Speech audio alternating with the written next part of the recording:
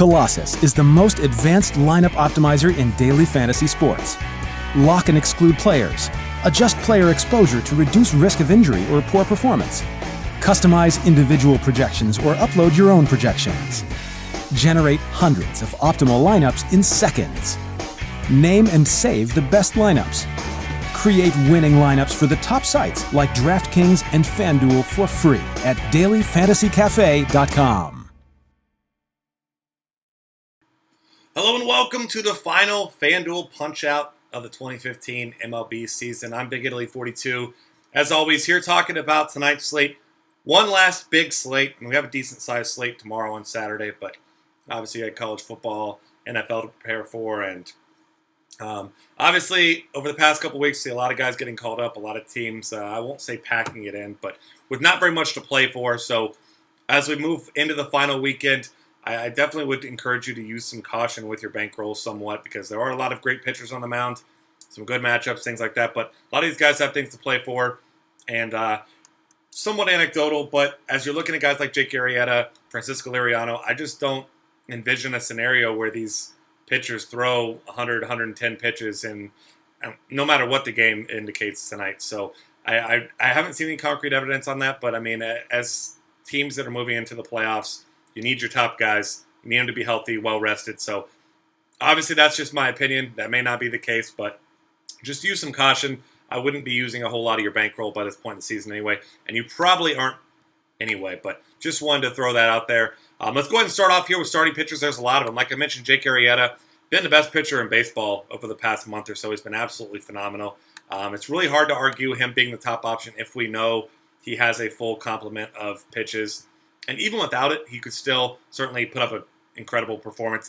Nearly a 66% ground ball rate, 28% strikeout rate over the last 30 days, 2.23 home runs per nine, under a 3% walk rate. His hard hit rate's 17.7%, which is just absolutely incredible. So if you feel good about Jake Arrieta, and it's hard not to in this matchup, he's a big favorite as well, minus 210, 7-run total. Certainly a guy that I'm looking at.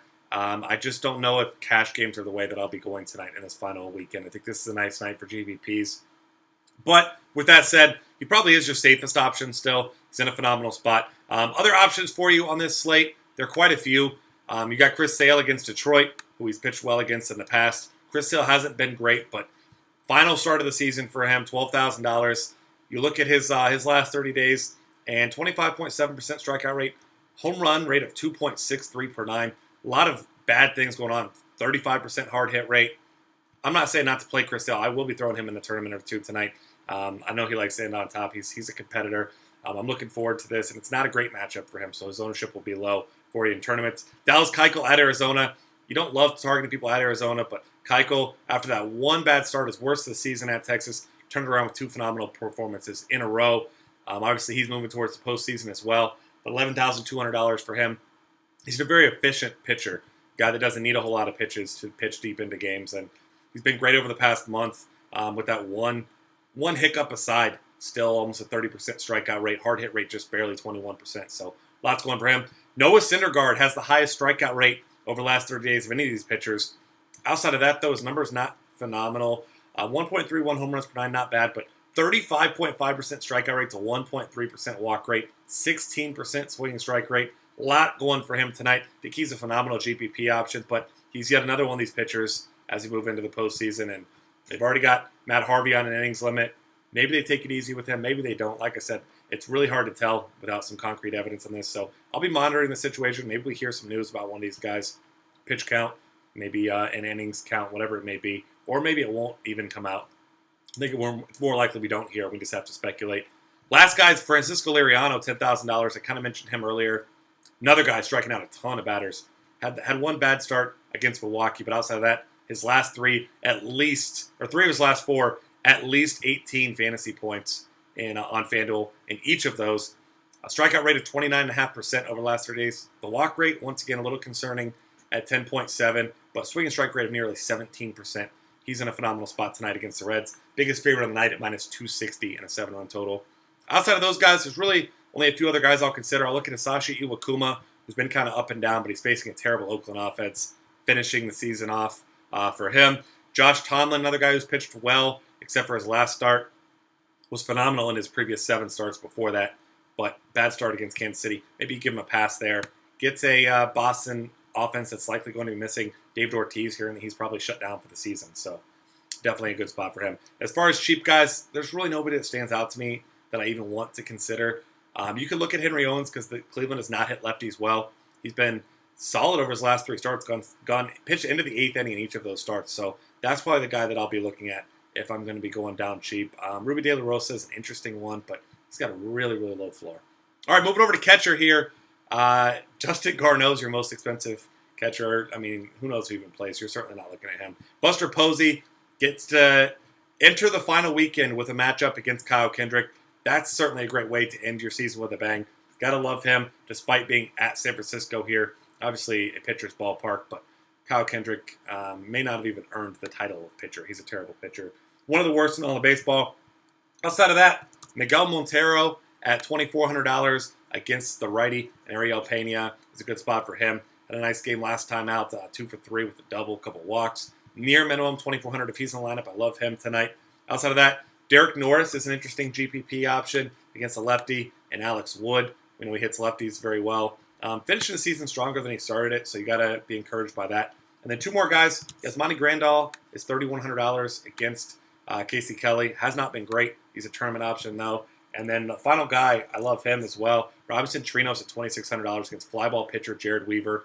The guy's got a ton of power, so I like that. But for me, probably going to be Posey or Montero for the most part. First base is absolutely loaded. I think if you're playing cash games, you almost have to play Albert Pujols against the lefty and Perez. Homers now in 2 of his last 4 games. 3 of those 4 games, 5 or more FanDuel points. So $3,000, he's got to be your chalk play.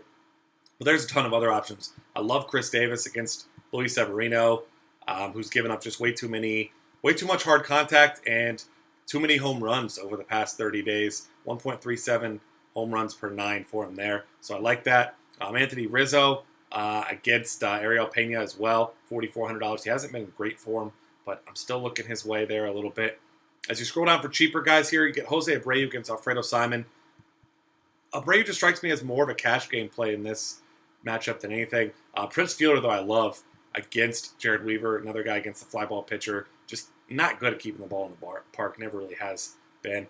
Eric Hosmer against Irvin Santana. He's finishing strong. Obviously, he's got something to play for in the postseason there as well. And then if you want a cheap guy, one guy I'll throw out there for you is C.J. Cron. He's coming in at $2,400 against the lefty, and Martin Perez as well. Not great for him, but he's a guy with a ton of power, so if you're chasing a cheap homer, I think that's a good way to go at first base. Second base options, there's a lot to like. If Enrique Hernandez is in at minimum salary, I like him. In the righty-righty matchup against Casey Kelly, absolute minimum salary there. Other second base options, Jason Kipnis and lefty-lefty, but he's still way too cheap. I like that matchup for him. D. Gordon gets Aaron Harang. He's still looking for that last stolen base to catch up to Billy Hamilton, who's out for the season. If Logan Forsythe is back in, I certainly will be looking at him against the lefty, contact pitcher, and Mark Burley. Not sure if he's going to be in or not. He's missed the last 2 games. Robbie Cano against Aaron Brooks. He's finishing strong in the season. He really got off to a really slow start, but ending with a pretty nice season overall, considering everything. So not too bad of an option for you there either. If Jonathan Scope is back, got hit with a pitch yesterday. X-rays came back negative. We don't know if he's going to play, but $2,300 against Severino, I mentioned. Giving up too much hard contact, and Scope has been crushing right-handed pitching this year. And then Colton Wong, last cheap guy, $2,300 against the left or the righty, and Julio Teheran, who struggles big time with lefties. I like that a great deal. Third base options for me, I love Miguel Sano at $3,900 against Chris Young, the ultimate fly ball pitcher there. Chris Young on the season, as everyone may anticipate, he has a ridiculously high 58.9% fly ball rate. I mean, he's broken his own record multiple times with that. So obviously pretty easy to get the ball in the air. Sano has a ton of power. I like that. Adrian Beltre, maybe one of the best, if not the hottest hitter in all of baseball right now. The guy is absolutely on fire. Loving this Texas offense against Jared Weaver. He's in a great spot. I mentioned the lefty struggles for Julio Teheran, who I'm not a big fan of at all. Matt Carpenter finishing very, very strong. Looking at his last 10 games, some impressive performances in there. $4,300. Going to be a guy that goes overlooked with so many great options. Manny Machado coming off of 3 home runs in his last 2 games. yesterday, 2 home runs, 3 RBIs, 3 runs scored, a walk, 2 stolen bases. Ridiculously good performance from Manny Machado. He is ending on a very, very high note. You get Alex Rodriguez against a lefty he's been smashing lefties all season long. That's a fine spot for him if you want to chase a home run there. And then outside of that, you can look at Josh Harrison if you want to save a little bit of money. It's $2,700 against Kevius Sampson, who just has been average at best for Cincinnati. Shortstop options. You got to like Francisco Lindor. I still love Francisco Lindor at his price at $4,000, but really hard to look away from Carlos Correa at $34, despite the fact that he's facing righty and Ruby De La Rosa, who has been good against righties. So that's an option. Of course, Corey Seager in play. After that really hot start, since he's come up, cooled down a little bit, but he's still a guy with huge upside.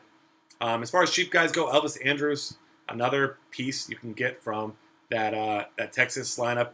2 singles and 2 stolen bases in his last game. Good spot for him. Outside of that, really no cheap guys that I love, but then I'm going to go with my guy that I always do, Marvin Gonzalez. I mentioned lefty-righty splits significant for Ruby De La Rosa, so Marwin's certainly in play there. Outfield options. I mean, you got Mike Trout up at the top again against the lefty and Martin Perez, who has struggled. Trout had a couple nice performances recently. Got to like that. The lefties for Colorado are interesting for me. Blackmon and Gonzalez in tournaments because Chris Heston has struggled with left-handed batters this season. Outside of that, I'm really not going to be paying up. Other guy I'll be looking at is Mookie Betts against Tomlin. Mookie Betts has been absolutely locked in recently. You could play Andrew McCutchen against Kevius Sampson, but I just feel like despite the cheap price tag, he's more of a cash game play than anything. I love Adam Eaton as a lefty against Alfredo Simon. Eaton has finished with a bang here, and Simon has been awful against lefties all season long. Scrolling down, looking at Gregory Polanco against Kevius Sampson. Jason Hayward, another lefty to pick on Julio Teheran, coming off a monster performance in his last game as well. Carlos Beltran, homered in his last game. He's another guy who's finishing strong at $3,300. You got to like him there.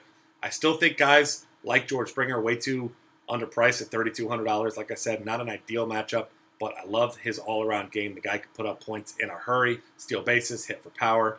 Lots going in his favor there. As you're looking for cheap guys, there's 3 guys that really stand out to me here. That's Seth Smith, Brett Gardner, and Alex Gordon as your cheap fillers. And that's going to wrap it up. Thanks for hanging out with me today and the rest of this season on the FanDuel Punch-Out. It was a blast. Certainly we'll be seeing you next season for MLB. Lots of NFL content, NBA coming up as well. And you take care. We'll see you next time.